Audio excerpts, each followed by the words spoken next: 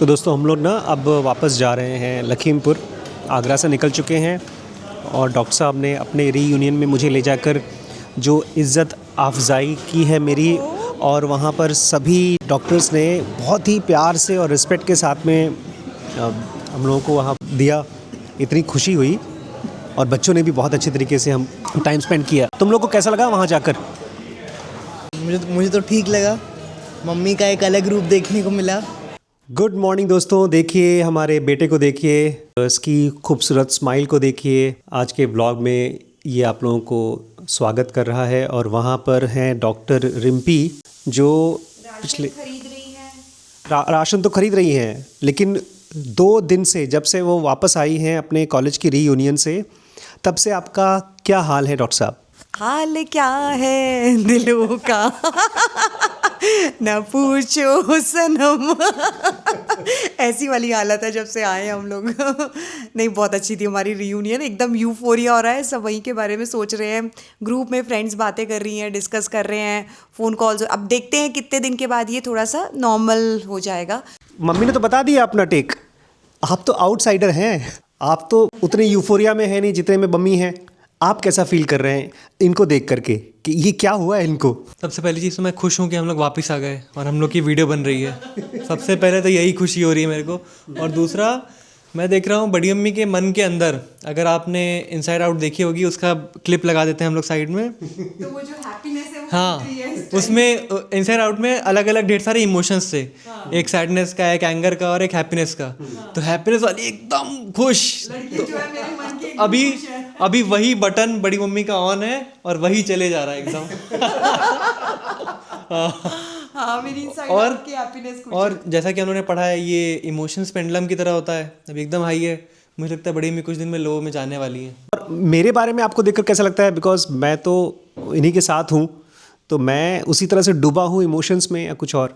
आप बड़ी अम्मी के सामने तो ऐड कर रहे हैं कि अरे वाह वेरी गुड, और उनके जाने के बाद एकदम पोकर फेस, अपने काम पे ध्यान दे रहे हैं। जब जब बड़ी अम्मी आ रही हैं तब तक आप उनके लिए कर रहे हैं, मैं आ रहा हूँ आप मेरे लिए कर रहे हैं। बड़ा आपा चलते फिरते वो हैं योगी। योगी तो है ही, लेकिन वो हैं क्या कहते हैं, गिरगिट। आप उसको नेगेटिव सेंस में मत लीजिए प्लीज़। मैं केवल कह रहा हूँ कि मान लीजिए शेर आ गया, मैं आप हूँ और शेर आ गया। अब इनके सामने मैं थोड़ा ना फ्लॉन्ट करूँगा। मैं तो छोटा मोटा जानवर हूँ और छुप गया हूँ, और बाकी इनको स्पेस दे रहे हैं आप, इनको अपने आप को खुल के दिखाने के लिए। वैभव ने ऐसा डिस्क्रिप्शन दिया है, like you are one of the best husbands. हाँ करेक्ट। ये तुम्हारी चमचागिरी बहुत करता है लड़का। आपकी भी करता हूँ मैं, मुझे आप लोग बहुत पसंद है। ये एकदम चालाक लड़का है। ये और शिरीष दोनों तुम्हारे फैन है। हाँ, ब्लिंकिट में हम सामान मंगा रही, उसके लिए चिप्स ऐड करने पड़ेंगे अब मुझे। दोस्तों, वैभव को ये चीज़ नहीं पता कि मैं भी इस पूरे 2 दिन के प्रोग्राम से काफ़ी ज़्यादा इन्फ्लुएंस्ड हुआ हूँ, क्योंकि मेरे मन में बहुत से नए नए थॉट्स आए हैं, आइडियाज़ आए हैं, इमोशंस आए हैं, और मैं व्लॉगिंग को लेकर के थोड़ा और नए तरीके से सोच पा रहा हूँ। और इवन लाइफ को लेकर के हम लोग इस साल ज़ेनोगा का एक सेशन करेंगे दिल्ली में और एक सेशन करेंगे बॉम्बे में। और अगर आप चाहते हैं कि आपके भी शहर में हम लोग आएँ और ज़ेनोगा सेशंस करें, बिकॉज़ ये जो हमने 2 दिन का ट्रिप किया है यहाँ, हालांकि ये स्पिरिचुअल ट्रिप नहीं था, फिर भी मेरे लिए तो हर दिन, हर इंसान, हर घटना, हर जगह स्पिरिचुअल है। तो मैं यहाँ से बहुत कुछ लेकर आया हूँ। और जब हम आपके साथ में ज़ेनोगा का प्रोग्राम करेंगे, मेडिटेशन वर्कशॉप्स करेंगे, और खाली मेडिटेशन वर्कशॉप्स नहीं करेंगे, बल्कि मैं आज सुबह सोच रहा था कि कपल्स का हम वर्कशॉप्स करेंगे, बच्चों का अलग वर्कशॉप करेंगे, कपल को हम कैसे और बहुत डीप कपल बनने के लिए हेल्प कर सकते हैं, उसके वर्कशॉप्स होंगे। बच्चों के लिए होंगे, कहाँ पर कैसे वो काम और कंपोज हो सकते हैं, स्पेशली आज की डिस्ट्रैक्टेड वर्ल्ड में। बहुत से आइडियाज़। मुझे लगता है कि ये ट्रिप मेरे लिए एक तरह से माइंड की जुताई थी। पता है मैं बहुत जुताई क्या होती है? जब भी कोई चीज़ बोना होता है, उससे पहले जुताई करते हैं ताकि उसमें बीए को डाल सकें, जिस चीज़ को भी उगा रहे हैं।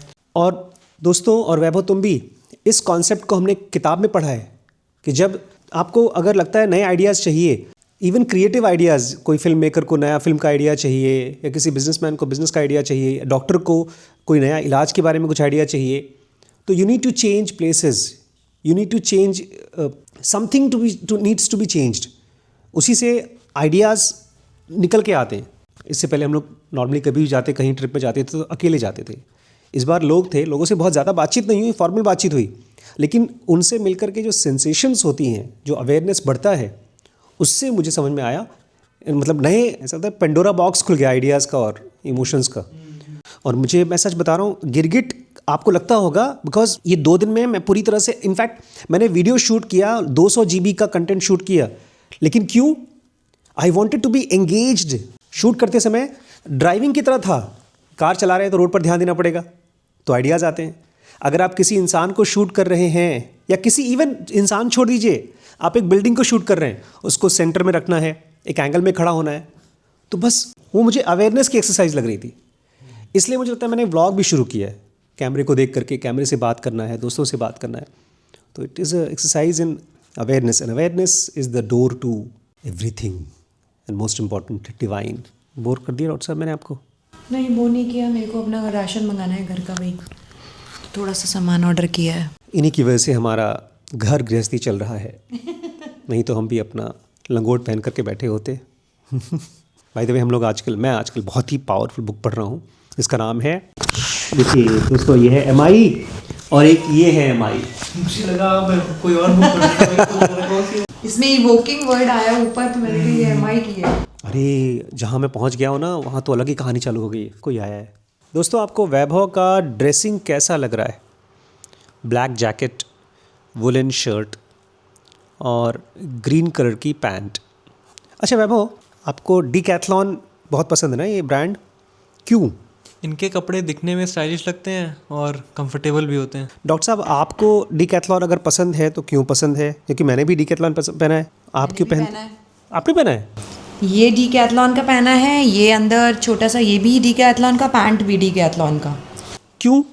क्योंकि मैंने देखा इंडिया में, अगर आपको, इंडिया बेसिकली गर्म कंट्री है, यहाँ पे सर्दी के कपड़ों पे कोई बहुत ध्यान नहीं देता था, एंड जब इन्होंने आउटडोर्स के लिए कपड़े बनाए इस कंपनी ने, माउंटेनियरिंग के लिए, कोल्ड क्लाइमेट के लिए, तो ये बहुत सर्दी के लिए बहुत कंफर्टेबल क्लोथ्स हैं एंड इकोनॉमिकल भी हैं। डीकैथलॉन इज़ लाइक, ठीक है, मिडिल क्लास आदमी के बजट के अंदर आता है, बहुत महंगा नहीं है। कुछ प्रोडक्ट्स इसके बहुत महंगे हैं अगर आप जाओगे, बट काफ़ी प्रोडक्ट ऐसे हैं जो मिडिल क्लास एवरेज बंदा भी आराम से अफोर्ड कर सकता है। ठंड के लिए स्पेसिफिकली दिमाग में रख के बनाए गए प्रोडक्ट्स। अदरवाइज़ फीमेल्स का तो मैंने देखा है फैशन के अंदर भी ठंड में सिकुड़ते रहते हैं हम लोग, और ऐसे कपड़े नहीं होते, but I find them very comfortable and एकदम इकोनॉमिकल भी, दोनों। गर्मी के तो बहुत जगह मिलते हैं, सर्दी के नहीं मिलते हैं कहीं भी इंडिया में इतने अच्छे से। फ़ॉरेन में मिलते होंगे, बट इंडिया में अब इसकी अवेलेबिलिटी हो गई, इट्स गुड।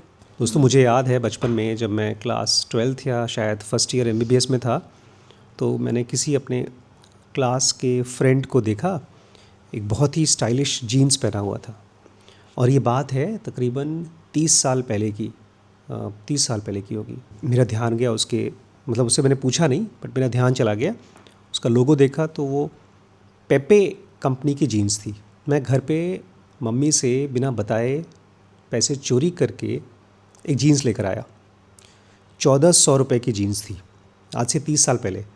अगर आज के हिसाब से आप उसको चेक करेंगे तो तकरीबन 14,000 ही हो गया। 14,000 रुपये की जीन्स होगी। आज भी 14,000 के कपड़े मिलते हैं। अभी हमारे एक फ्रेंड हैं, उनके यहाँ मैं गया था रिसेंटली, उन्होंने एक जूता ख़रीदा था जो करीब 18 या 20,000 रुपये का था। लेकिन मैं कंफर्टेबल नहीं हूँ, मैं अफोर्ड कर सकता हूँ लेकिन मैं कंफर्टेबल नहीं हूँ ऐसा महंगा सामान लेने के लिए। मैं सारी बातें इसलिए कर रहा हूँ आपसे क्योंकि डॉक्टर साहब ने अभी मुझसे पूछा था, क्या हम लोग बहुत ज़्यादा पैसे खर्च कर रहे हैं चीज़ों में?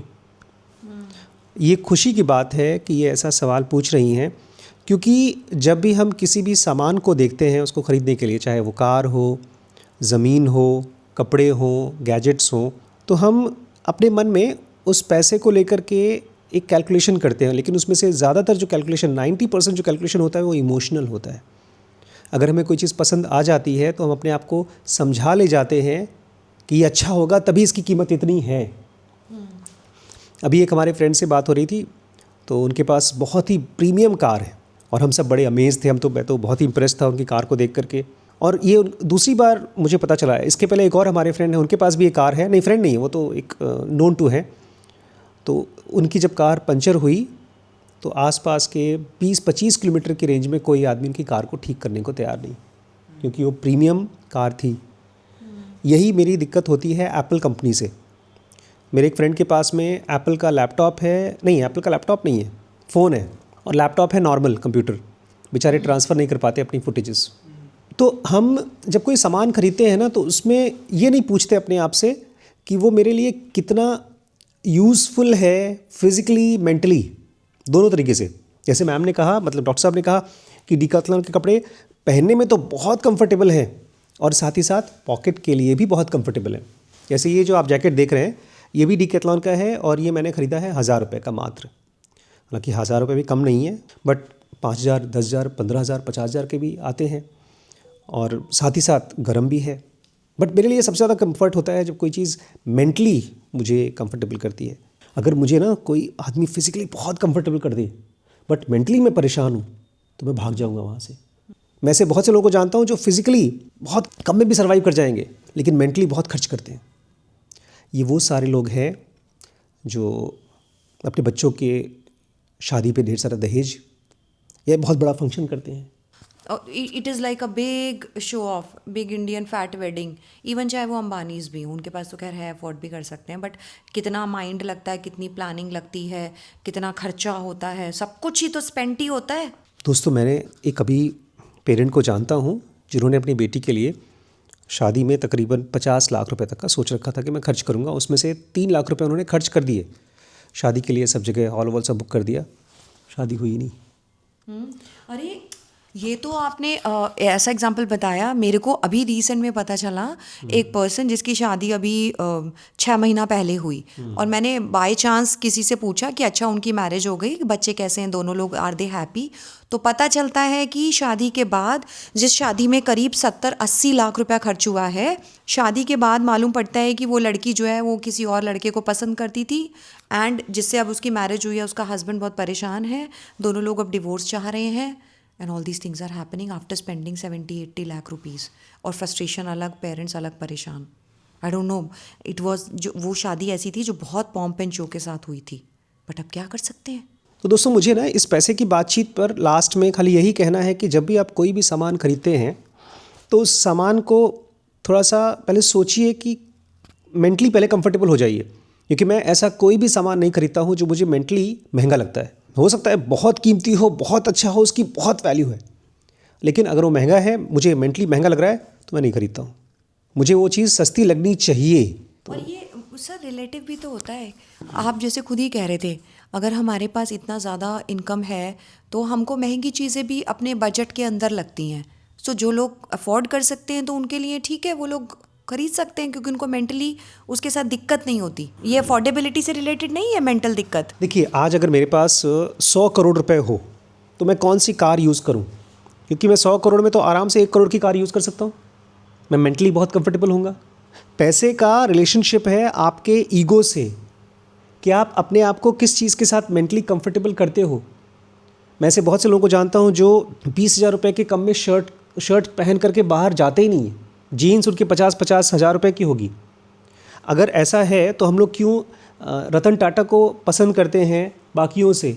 क्योंकि वो वैल्यू क्रिएट करने के बारे में कहते हैं बजाय कि कंज्यूम करने के बारे में। इनफैक्ट अंबानी की पूरी मैरिज के फंक्शन में सबकी चीज़ें डिस्कवर हो रही थी, and Sudha Murthy was the only female person जो कि एज़ यूजुअल अपने सिंपलेस्ट अटायर में थी।